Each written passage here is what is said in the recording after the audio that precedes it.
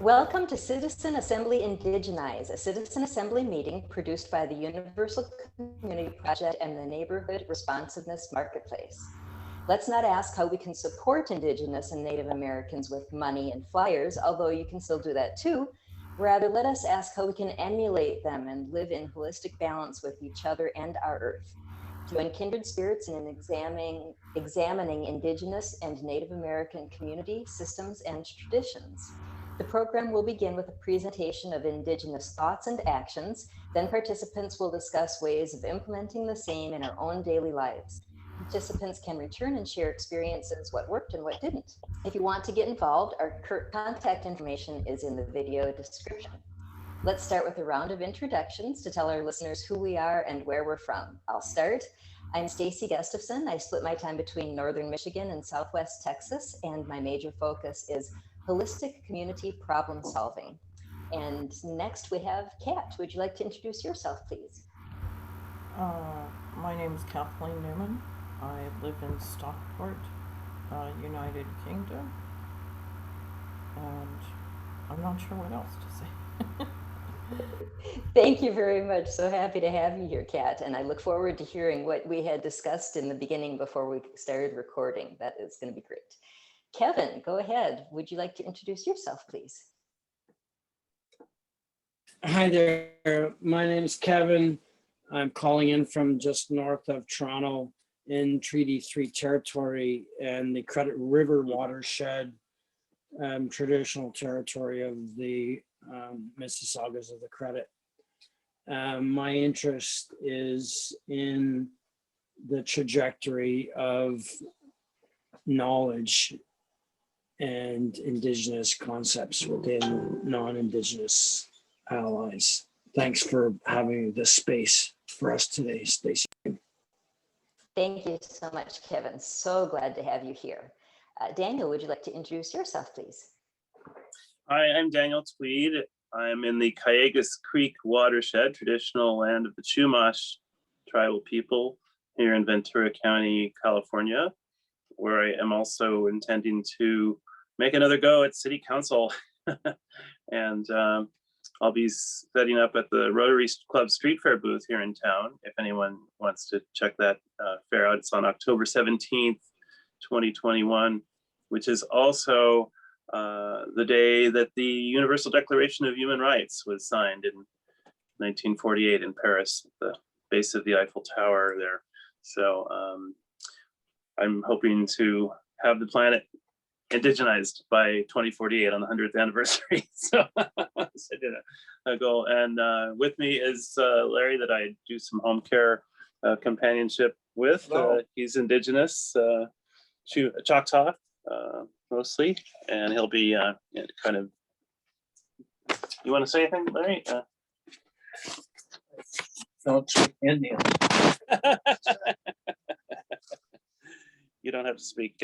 Swash day, that's about all I know. Okay. So glad you're here, Larry. Thanks. Good to see you. Okay, thank you very much, Daniel. Thank you for being here as well. And Cynthia, last but not least.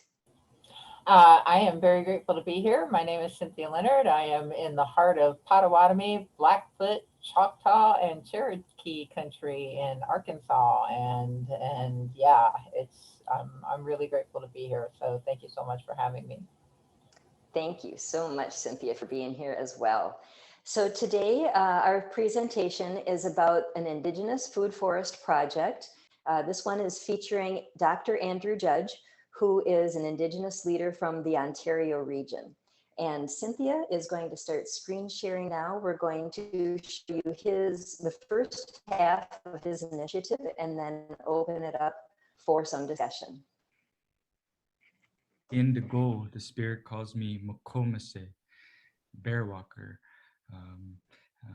Anishinaabe Enini Indao. I'm an Anishinaabe man.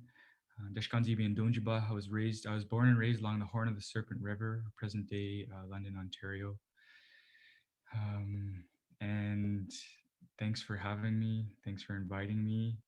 I hope that some of you have the audacity to take action after today, because we need everybody that we can to move their body in a new way on this earth, because the way that we've been moving is all of us is quite damaging, destructive. And but I don't want to make this too bleak. Of course, some of you might know me, some of you might not.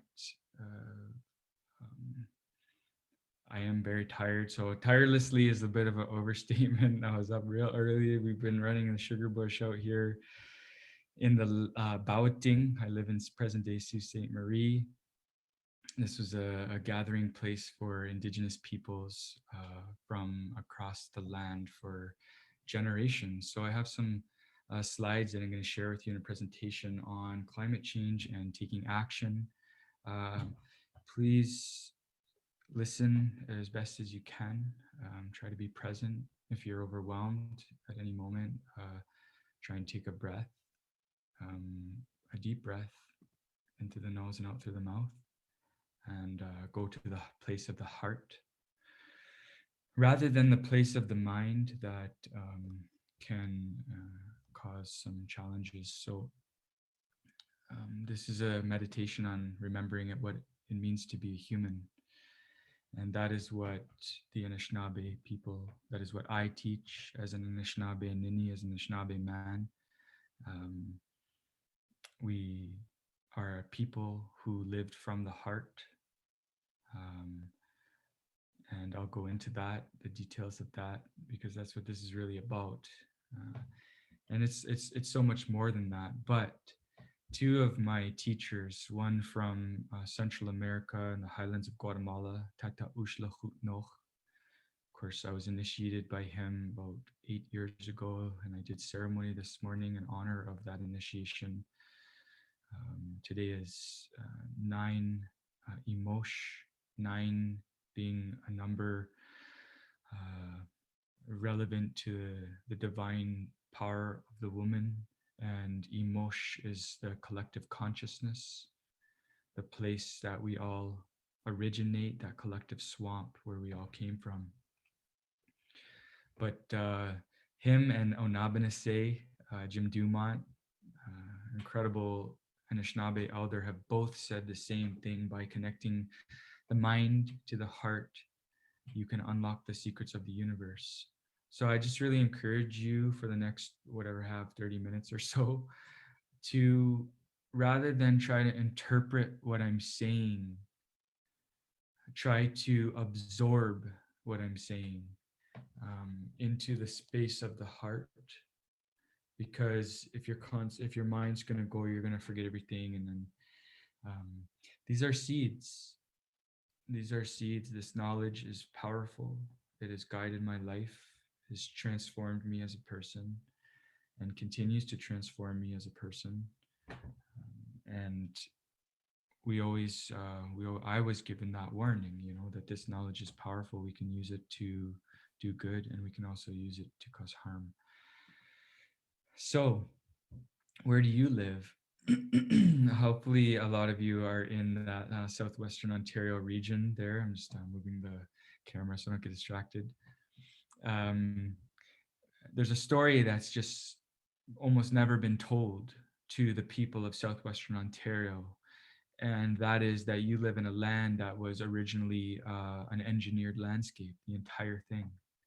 In fact, from about Guelph through to Kitchener, down to London, into Niagara Falls, Windsor, all the way down to the Carolinas, there was an essential paradise when colonizers arrived. In fact, when they arrived, they didn't see anybody, and they thought it was a terra nullius. In fact, it was a completely habited land, designed by Indigenous people over 100 generations or more, to produce an abundance unlike you or I have ever or will ever see in our lifetimes. And that is because the first wave, the first pandemics that swept across our nations killed approximately 90% of our populations between 1500 and 1600, when the first treaty with our fish was broken. And the true intention of the colonizers that arrived became apparent. But when they still arrived, even 100 years later, there were still massive civilizations, tens of thousands of people living throughout southwestern Ontario and far, far beyond, trading amongst each other. And I want you to just picture this for a second, because I need you to get out of your head this idea of the primitive Indian, this idea that we were these, brown people with long hair roaming around in the forest with diapers on, looking for the next thing to kill. Nothing could be further from the truth. Our civilizations had adapted to the places in which they thrived over generations through engineering our environment, not for the benefit of the human. In fact, the human benefit came last.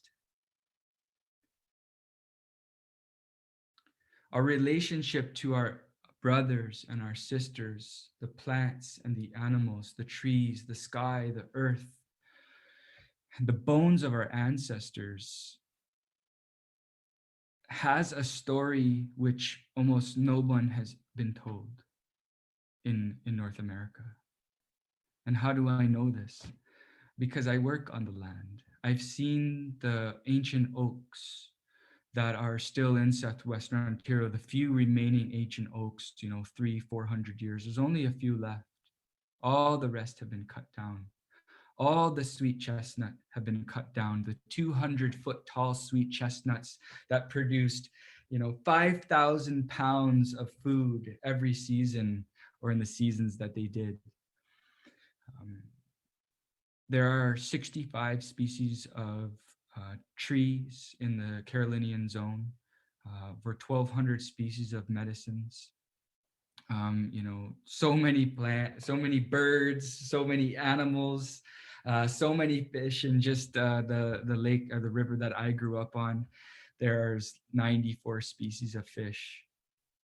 What I want you to realize is that the people who were destroyed there, who were attempted to be annihilated, we knew them all. We knew every single one. We had mastered our environment, and our consciousness was so attuned that just the glimpses that I've experienced is, to give you an example, I think it was yesterday morning, I dreamt that I was either a whale or a dolphin, but I was the whale or the dolphin, I'm not sure. And I was, and this is connected to the talk on Sunday with Autumn and Stephanie Pelletier, Autumn Pelletier being an icon and a water protector recognized around the world. She spoke to our community here, and we talked about the importance of the water and protecting it, and recognizing that we've poisoned almost every single river that we've touched. But I was this whale, and I was diving down deep into the water and swimming up fast, breaching the water and blowing out my blowhole. It was, an over and over. And so that is the kind of experiences that I have regularly. And I believe it is because I've awakened to the truth of what it means to be a human. And I believe that in order to go past, to go even further, so that all of us can experience the beauty of creation, we have to do more. And so what were some of the plants grown in this space? Well, just take a look at the list. The bones of the ancestors found in southwestern Ontario are some of the healthiest bones to ever be found in the entire world. We had engineered a landscape that included these multiple layers, not that magically grew. We designed them. We designed them with the idea that all of our relatives should thrive, not just us. And we knew that if we allowed our relatives to thrive, like the cattails and the puffballs and the hazelnuts and the acorns and the elderberry and the strawberry and the wild rice and the wild carrot and the wild plum, and we say this word wild today because the colonized mind positions these things as outside of the human consciousness, when in fact we adapted with these things over time, with these relatives, these relations. And when we eat these relatives, when we consume them, because in our story they gave and give up their lives for our thriving. That's what they do. That's how they love us. And all that they ask is that we don't take too much from them. Their civilizations, like the potato and the beans and the hickory nut and the brambleberry and the chokecherry, have just as much of a right to thrive as us. And let's face it, we're not thriving anymore. So take this list down, look at it.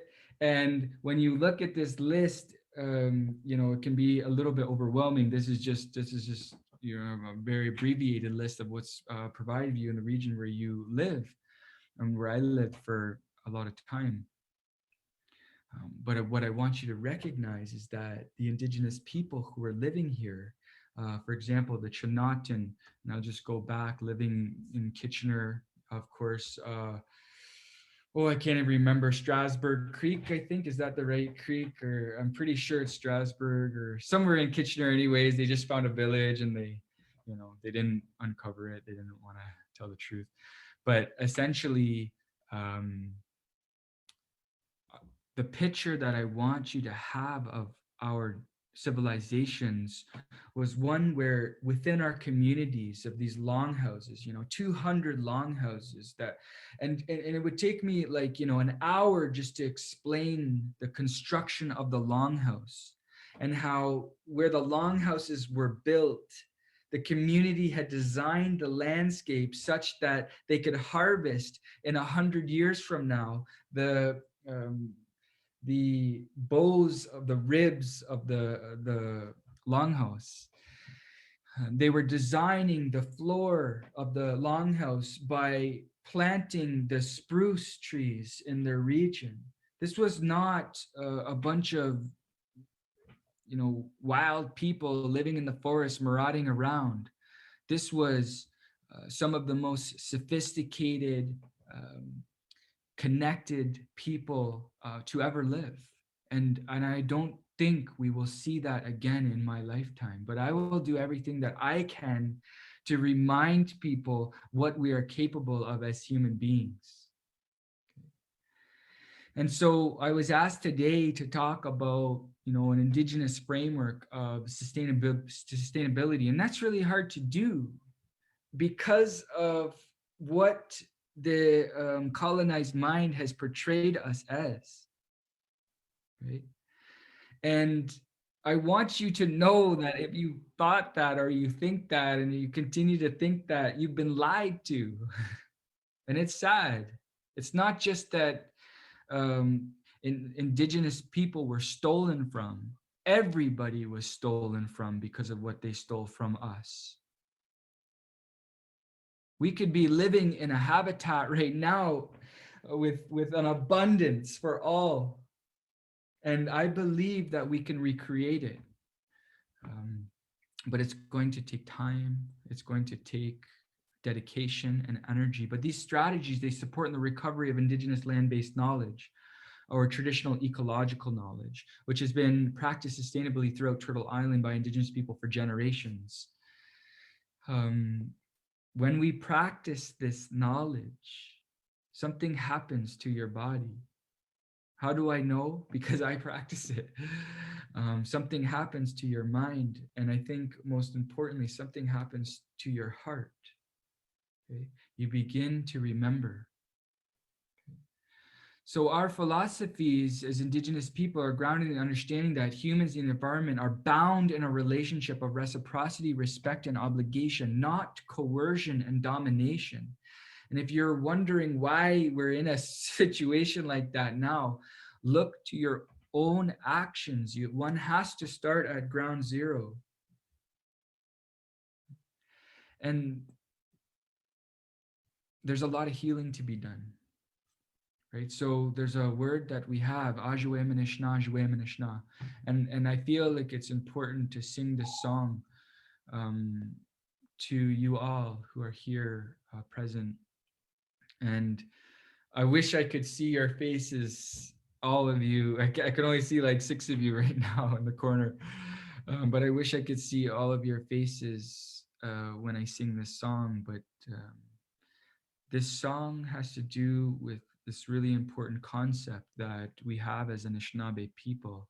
And try and say it if you can, but it's Ajwe Manishna, Jwe Manishna. And when we pray, when we give thanks, we're not just, praying to something out there.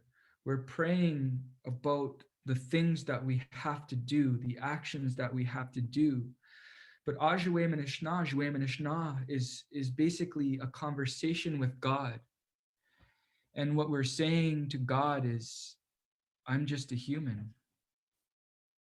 I'm just a human. Have compassion for me. Some people say, have pity on me, take pity on me. But I like to say, have compassion for me. And it's not just that we have to have compassion for ourselves. We also have to have compassion for each other. That we're human, that I make mistakes. I make mistakes on the land and my land work. I make mistakes with my family. I make mistakes with my friends, with my students. And so it's so easy to point out the mistakes that people make and point at them and say, you've made a mistake. Instead of saying, how can we learn together and grow together from this mistake? How can we recognize that I've made a mistake too in my life, sometimes big, sometimes small. And so that's really what this word is about. Ajwe Manishna, Ajwe Manishna. So I'm gonna sing this song, and I'm going a little bit off the script that I had planned, but that's okay. I'm really tired. I've been going since like super early this morning, and I'll be going super early tomorrow morning as well. So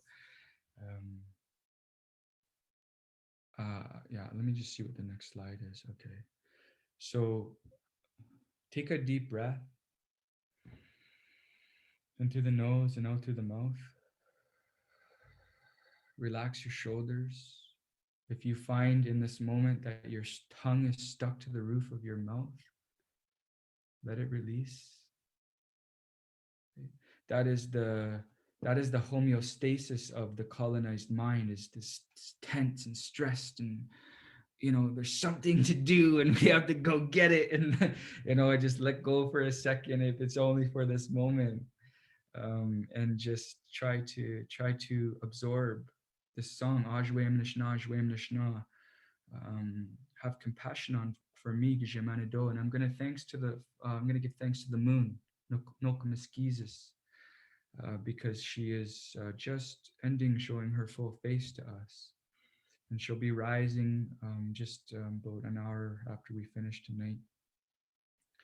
And I'm gonna give thanks to the sun, Mishomiskizis, because those are two of the ancestors, the relatives that we have that we are dependent on for our survival.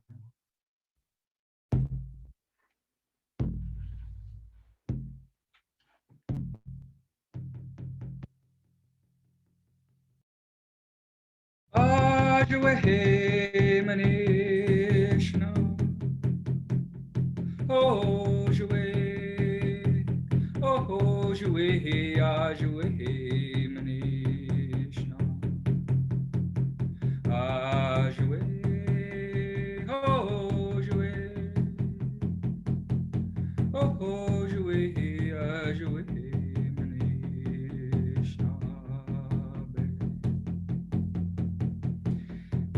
Miigwehech, thank you.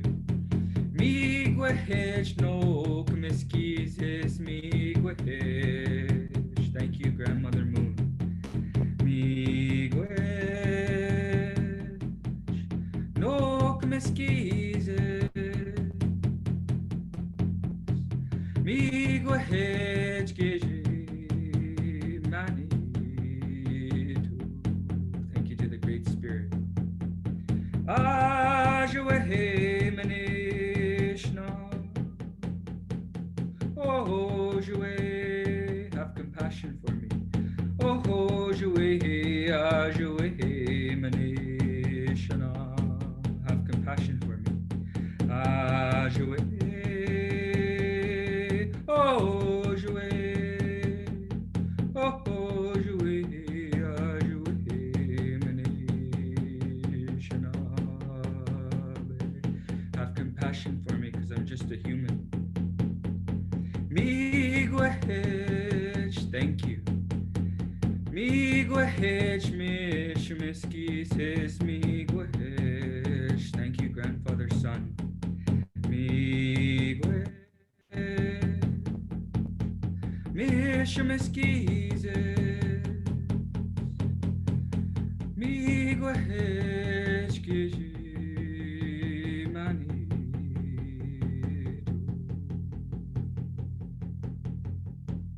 Thank you to the Great Spirit. So that song is a song that can be sung for hours, and sometimes I do when I'm working on the land. I sing that song and I give thanks. Right? I give thanks for my place here as a human, that these teachings that were shared by our ancestors, that I believe them. I believe them to be true. I believe that our ancestors knew something. They had secrets about the universe, and we're awakening them again. We're awakening them by restoring the consciousness that surrounds us, by not destroying it anymore. If we are naive to think that, the deer and the wolves and the bears and the eagles and the hawks are not part of our consciousness, then what are we really as humans? And so we teach that the most ancient of our relatives are the minerals, and they made an agreement with the plants. And see, the minerals had to forget everything that they thought they knew. You see, this is connected to our creation story.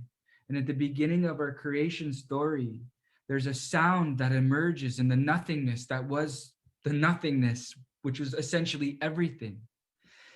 And in that moment, there was something in the nothingness that emerged. Something in the every possibility that exists in every nothingness. And that was a sound, shishigwe. And I can't sing the song that this is connected to because this is being recorded, but it's so beautiful. Because it says, Shishigwe minondawa na. To that first sound, I hear you. I remember. And that's why I say, go back to your heart.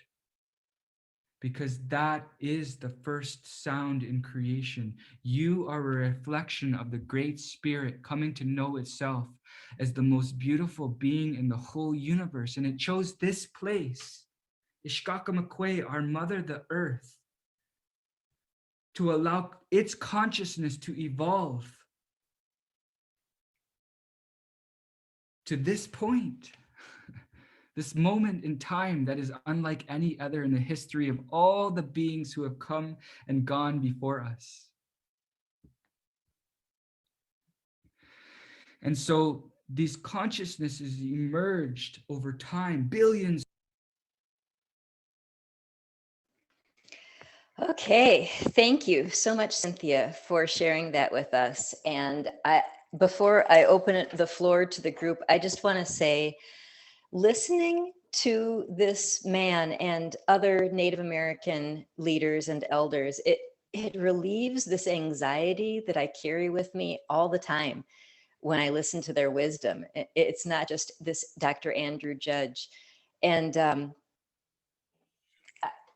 I so appreciate that. It's something that isn't in my culture, I feel like. And then he says these amazing things like, you were born as part of the universe. And we don't hear that. I don't hear that from my culture. And it really touches me. It really means something to me. And I don't think it's just hooey, the way that we've thought of these things as we're growing up and told as Americans. I think this is beautiful and has a real place, and I want it so badly.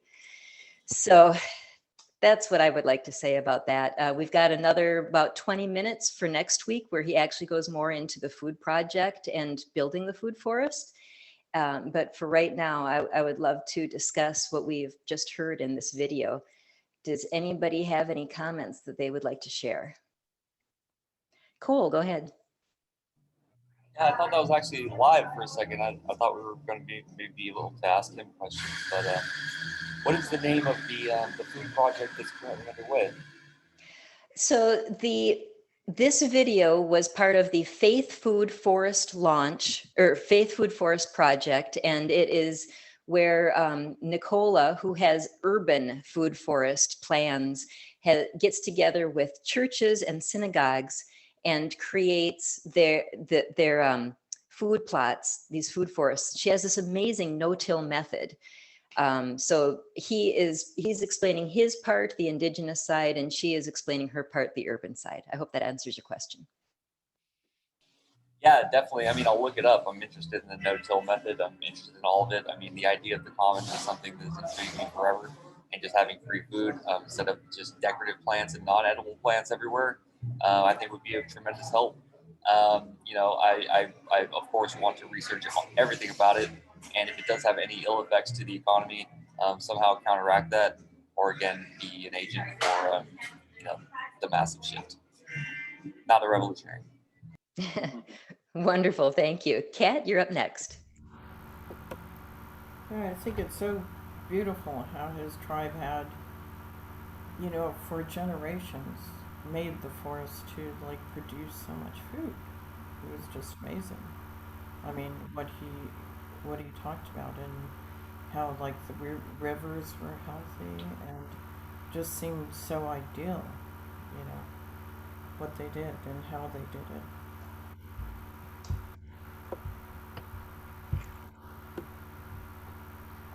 Yeah, thank you. Are you done? So I wonder, how can we do something like that today? I know when I left the States, I know in Arizona they were starting things like that slowly. So maybe it's been continued in the States, where like in urban areas they grow fruit trees and things like that. Is it, I mean, from what I've heard, it's still going on in the States, right? I'm sorry, what was the question? One more time? That some cities are actually putting aside places where you can grow trees with fruit. I have seen local garden areas, and it seems like it's becoming more common, but I'm not so sure that, I personally haven't heard about it being this food forest, bring it back to the original way the land was worked by the indigenous. And wouldn't that be wonderful if all of those areas could be switched to that as well? Yeah. Yeah. Daniel, go ahead. Yeah, I think there is a thriving study of this. It's called permaculture, which is kind of a mashup or portmanteau of permanent agriculture, permaculture, permanent agriculture. It's also called regenerative agroforestry, silvipasturing. There's lots of different iterations of it. It kind of goes back to Australia. A guy named Bill Mollison kind of popularized it, but there's also a guy before him in Japan who wrote a book called One Straw Revolution. So it is an international movement. If you want to become a permaculture designer, there are classes that generally take about 40 hours of about half hands-on work and half classroom type instruction. And once you become a certified permaculture designer, you can certify and teach others. It works with looking at zones, where you go very often and where you go less often. And also it has layers from the root crops up 7 different kinds of plantings to the canopy crops. And then you usually, it involves making swales and small ravines where the rainwater can naturally flow across the landscape. And there's a whole 12 ethics of permaculture. I often thought it would be cool to make a little clock for each of the ethics, like the 12 positions of the clock. But yeah, I would really encourage people to just Google permaculture. They'll find tons of great resources. And I think they are working. Permaculturalists do want to work with the indigenous people who had these food forests, just intuitively created them. And those should be the plants that are not considered invasive, but are native. And then I just want to also say I have one of these exercise things, and it makes a great drum. I was kind of drumming along with Andrew during his song. So that's all I have to say right now. Thanks. Thank you so much, Daniel. I want to admit very ashamedly that although I have heard you talking since last October about permaculture, I did not understand that it was permanent agriculture or that it had anything to do with what we're talking about with the indigenous food forests. So I apologize for not listening more closely. It clearly is exactly what we've been talking about. Thank you very much. You're forgiven. Cynthia. Remember when I was saying that you say it to them and they might not be ready to hear it, but eventually it'll sink Yes. in? Yes. That's exactly what I'm talking about. Cynthia, please tell us again. That was at the end of the Citizen Assembly Women that you just had that spoke of missing and murdered Indigenous women. And if you could just repeat what you had said. That we should speak truth to everyone, and if they're not prepared to hear it, speak it to them anyway. Just because they're not ready to hear it then does not mean that they will not hear it eventually. And it is important that they hear it. And I use the analogy of when you love someone who's not willing to receive it, it burns like hot coals upon their head. Like that truth is gonna sink in. You just need to put it there. That's all you got to do. And then, don't engage, don't argue, just put it there and walk away. And that is what Daniel did. He put it there and it burned for about 10 months and finally sunk in. Thank you. I'm obviously not a great permaculture instructor, but I'm looking to get certified if I can find a good deal on a class sometime. There, it's out there in the universe. So, Kevin, do you have any comments for us about this video? Well, I've been kind of busy doing a whole bunch of other things at the same time.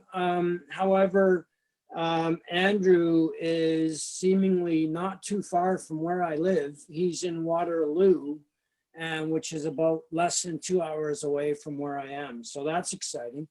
And really that's, it's great to see that you've been able to find that video, Stacy, and include it in our chat today, because this is very relevant to, very relevant to my, my belief and my understanding and what I try to help perpetuate and share that information as much as I can with people around the world. So yeah, that's a great job in finding that. So.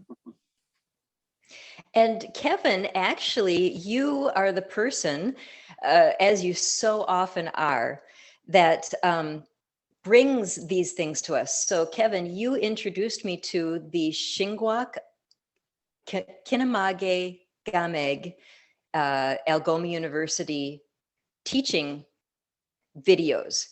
And the first time that I was invited was by you, and I happened to tune into the water video that he was talking about with Stephanie, and they had an enormous crowd. People just love her, and she educates us about the waters. And so thank you very much for tuning me into Andrew Judge, and that is how I found this video. So it's from you, Kevin. Thank you.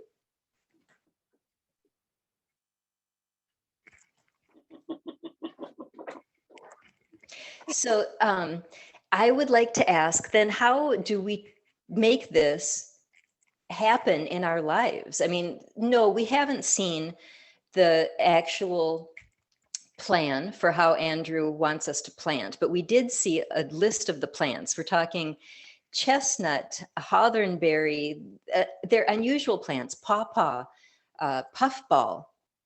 And I'm thinking I want to create a simple system for your average person to just say, oh, I would love to buy some seeds or buy one tree or one little thing that I can do. And then if every average person out there is in on this fad and they plant something that is a heritage plant, how much further would that get our landscape towards the towards re-indigenizing the landscape? And it's at least a start. Maybe it wouldn't work exactly the same, but it's a start. So I want to get that word out there, and in a simple way that people can do simple things.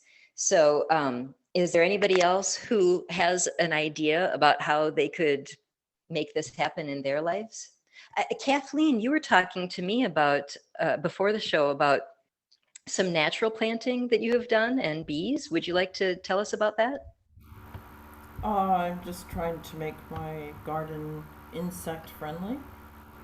I also feed birds, so I think sometimes the birds eat the insects, so that's good. But I am having a problem with snails now, but a lot of people have suggested, you know, use, I forget what you call them, they're like snail bait or something. And I'm like, I really don't want to use anything that's not natural at all, especially I don't want anything that could put bees in danger. And So what things have you done for your garden? What natural things? just made it so it's very hospitable to animals. I've let like wildflowers grow.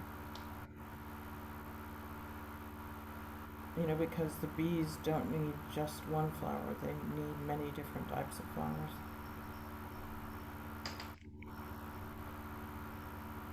And then also, I last year I had two bumblebees make a nest because there's a certain type of bumblebee that makes a nest in dirt. So they made a nest in one of my bigger plant pots.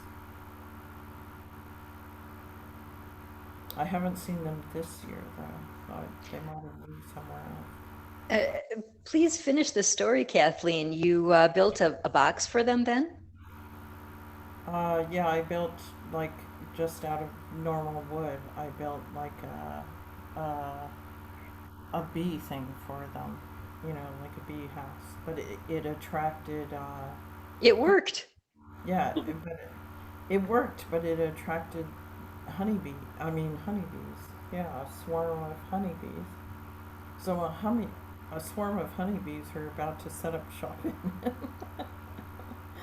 And I was like, oh no, I just want my two bumblebees in there.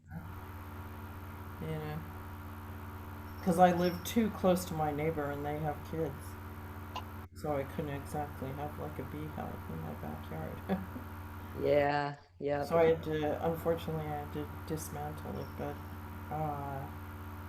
I just made it so the rain wouldn't go onto the whole of the bumblebees. So that's what happened in the end. Go ahead, Daniel. There are bees that are solitary, like the bumblebee. They don't make a hive like the ordinary honeybees do. And there are actually cute little solitary bee nooks you can kind of make. They're just like little rolled up pieces of cardboard and things that don't take up much space. But it would almost be fun to include one in like a little free library that I was thinking of, like little bee library. But yeah, I mean, those plants that Andrew Judge mentioned are great for that Carolina Great Lakes area, I'm sure. But you know, there are different adapted plants for different areas of the world, and a great resource is like the University of California. I know has a Master Gardeners program, and they're constantly giving, you know, free workshops, and sometimes you can even take the classes for free, and I think they do like native plant walks, and they have like a helpline. You know, yeah, just look up the cooperative extension. There's usually a college wherever you are, and there's a cooperative extension program that will answer all these kinds of questions about what's good to grow where you are.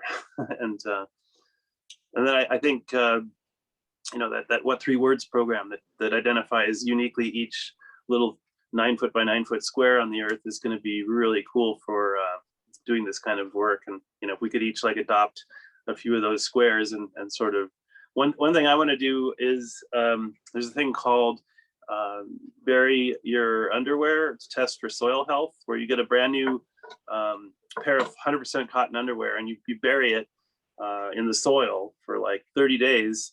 And if your soil is full of like microbes and diversity and healthy, the underwear will basically be all eaten away. But if your soil is dead, you dig up the cotton underwear in 30 days and it'll just still look the same.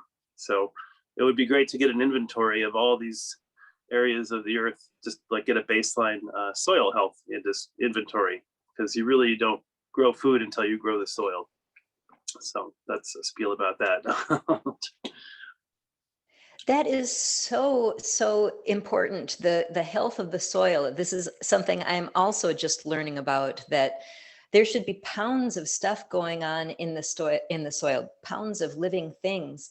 And I'm starting to see articles in the news, the soil is dead, and how can you support people on dead soil? And then you brought up something, Daniel. Oh, go ahead, Kevin. I was just going to mention, when it comes to soil and rebuilding soil in terms of biochar and terra preta, it's a two-word, TERRAPRETA. Terra preta is an indigenous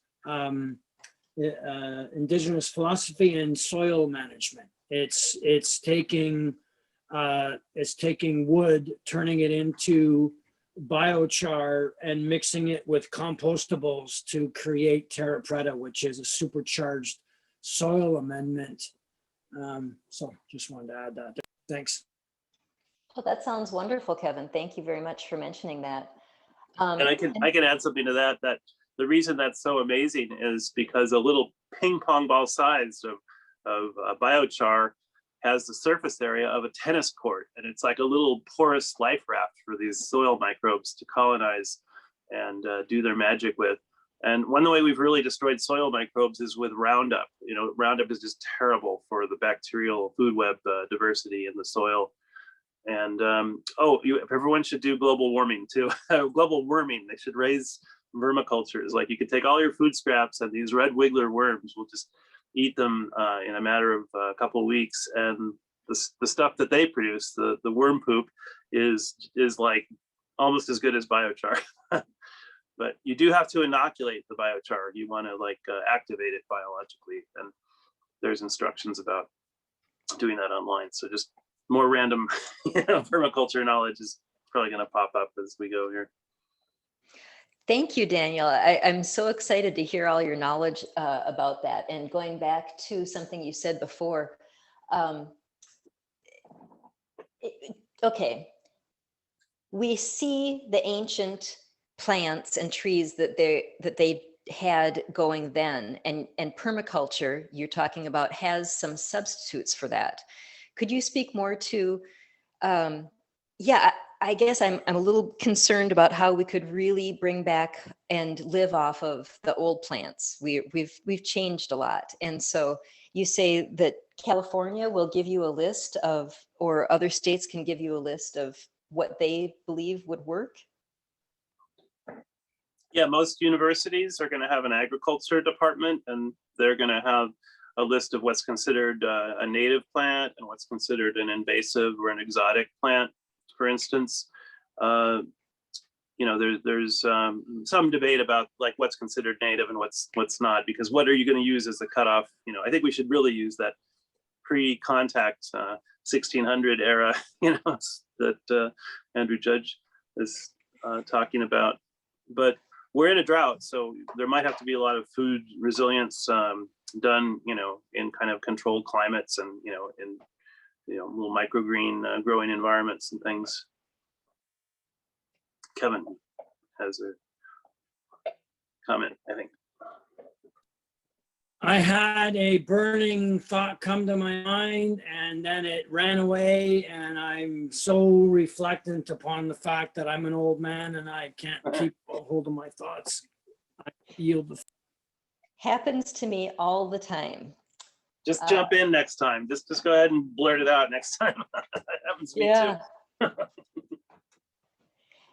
So speaking of how we can emulate this in our lives, is there anything that anybody— I got it.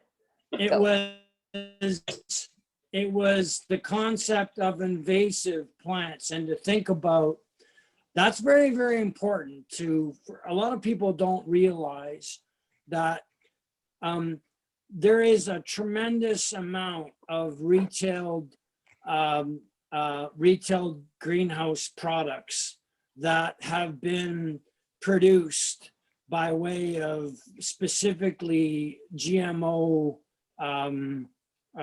elements, if you will. Home Depot, when you think of large retailers within live goods, you have to expect that the majority of retailers are selling products that have in one way or another been genetically modified.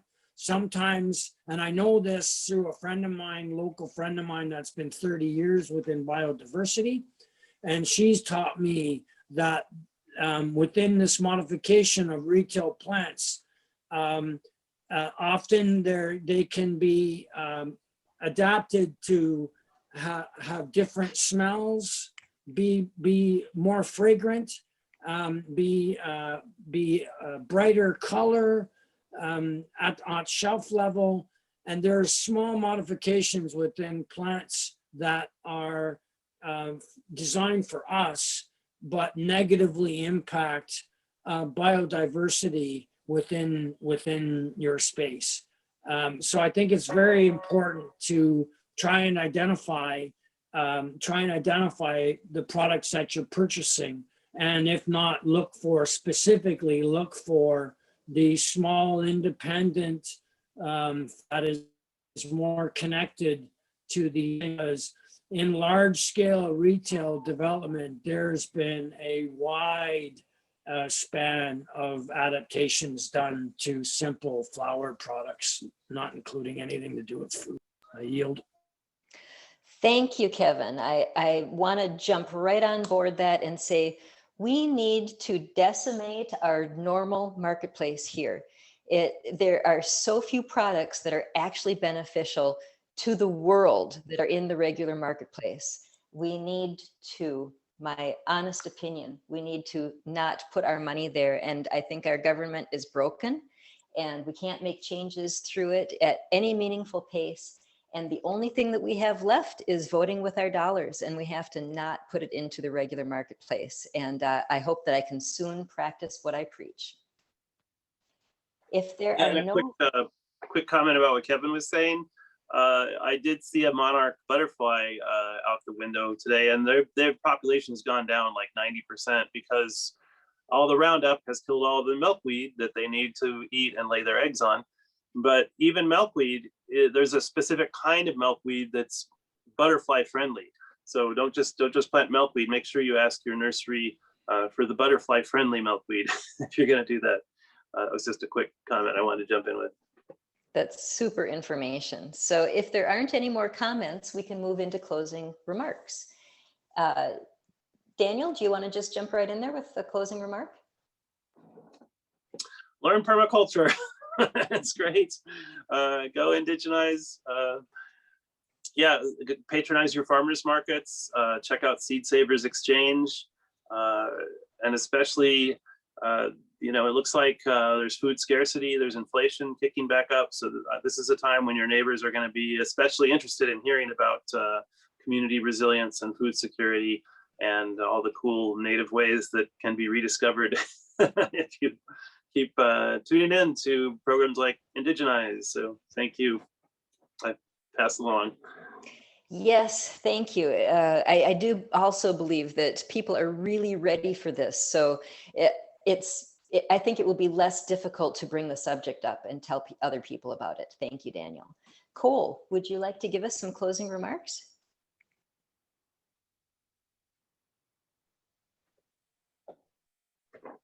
Maybe he stepped away. Kathleen. Oh, you know what, Larry? Does Larry have anything to say? I forgot to ask him. Yeah, Larry. He's probably got some elder wisdom on this. Happy Father's Day, Father Larry. Oh yeah, happy Father's Day. Yeah.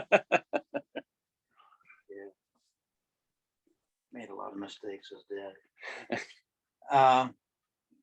Well, I tell you, every time I listen to you guys, it's amazing the depth that you can go into. I never even thought about so many of these things that are really very important. It starts at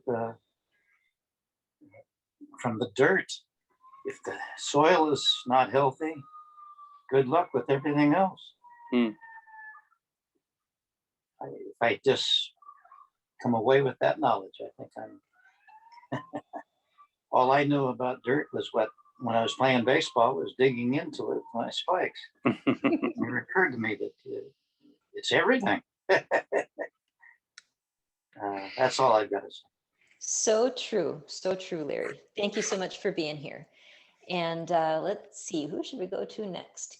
Kevin, would you like to give us the closing remarks? Yeah, you know, a closing remark that I would like to share is that what we're doing here today is extremely important because we are investing the time to try and learn, talk, embrace, envelop our understanding the best that we can, at least our beginning understanding of how to be better citizens and allies to Indigenous people. And I think that through small events like this, it's going to be easier to introduce Indigenous leaders, elders, educators. It will be easier to have someone join us and to help assist us in this learning process. And I think the fact that we're here first on our own doing this work is the first step that will bring some Indigenous inclusion to us. And by us doing the work and showing that we're doing the work, it will help. I hope it will help bring us some people to join us and to speak with us real time, so we can share in their perspective and not just have to watch videos. But Stacy, you've done great work, and this is extremely important. And yeah, I can't thank everybody enough. And I hope that I'll be able to help extend an opportunity to try and have someone join us and speak to us, and we'll be able to prove to that person eventually that we're here to listen, and this is how it starts. So thanks a lot, everybody. Thank you so much, Kevin. That would be fabulous. We certainly extend an open invitation to Indigenous person who can give us their knowledge. And Kevin, I so appreciate you being here and giving us your knowledge. I know that you have a lifelong history with the Indigenous up there in Canada, and it's very much appreciated. Kathleen, Kat, would you like to give us your closing remarks? Well, I think we can learn a lot from the Native Americans about how to respect the land. I think that it's we have to do a lot, and now, pretty much. I saw a documentary with a Swedish scientist and David Attenborough, and he said that we were already in the red zone on 4 out of the 9 levels of like destruction. Like if we go into the red zone on all those 9 levels, it will mean mass extinction. So it is critical that we change the way we farm, the way we do things, the way we produce food. We should always leave land aside that we don't farm, maybe for the next year or 2. We need to sort of conserve farmland, or it's going to get to the point where we don't have any farmland. So I think we need to start being very environmental and try to do something similar to what the Native Americans did in that Canadian forest.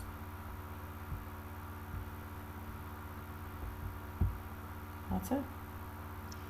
Yes, such a good point. Thank you for your perspectives, Kat. And I want to jump on there and say this is so important now. And Dr. Judge said that as well. This is the time to do it. And when he said it, although he was really speaking from his heart and saying how important it is now, it didn't like totally alarm me. I just love his energy in bringing this information to us. It was good for my heart. And Cynthia, would you have some closing remarks for us? Why, yes, I do believe I have some closing remarks. First of all, my apologies for not contributing more, but I got to tell you that song he did put me into like a full-on meditation. I think I was comatose for about 10 minutes straight. But second, so much of this conversation brings me back to, and I'm sorry to keep dragging this into it, but back to the original question I asked at the missing and murdered Indigenous women and girls conversation, because a lot of times the argument is, well, why don't they just assimilate? And again, my question is why? Like, how does that make sense? Because we do nothing but destroy everything we touch, and they seem to have managed to find a way to make a good society. So why wouldn't we use the evidence that they have provided and do that thing that they're doing? Like it just seems so simple. And I understand that, within the tribes, and they were against and for each other, and there were atrocities being committed on whatever level they wanted to commit those atrocities. But that was within their society. And overall, they certainly do seem to have figured out how to live with other people, which is something the colonizers don't seem to have figured out. So, and again, I keep coming back to this. Why would it ever seem like a good idea to anyone that they assimilate to our cultures? And, I think that we should probably be assimilating to theirs. That's all I have to say. Thank you. Very grateful. Love and gratitude to each and every one of your beautiful selves. Thank you. Thank you. Thank you. Thank you, Cynthia. So happy to have you here. And I absolutely agree. Why on earth would we ask them to be like us? We've got to be like them. That's the answer. There's no other way about it. End of deal. We've got to be more like them. Cool. Go ahead, Cynthia. Yeah, one more thing. I have graciously asked Stacy has been gracious enough to agree to bounce names with me after the meeting. If anyone else here would like to do that, that would be amazing. Thank you. Yeah, guys, hang out and talk after the meeting if you'd like. Cole, are you back yet? Would you like to give us any closing remarks before we leave? I don't think Cole is there. Sybil, I know you joined us late, but would you like to make any comments?